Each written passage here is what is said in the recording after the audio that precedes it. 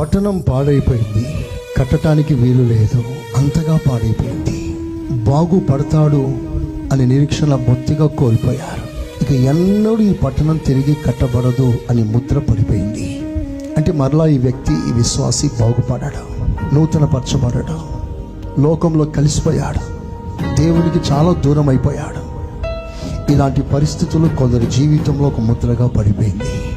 అలాంటి సమయంలో ఇది నూతన పరచబడుట సాధ్యమా, మరలా వ్యక్తి కట్టబడుట సాధ్యమా అని మన మనుష్య ఆలోచన ప్రకారంగా ఆలోచిస్తుంటే దేవుడే ఈ విషయంలో జోక్యం చేసుకుంటూ ఆయన అంటాడు, తప్పకుండా ఈ పట్టణం మరలా కట్టబడుతుంది.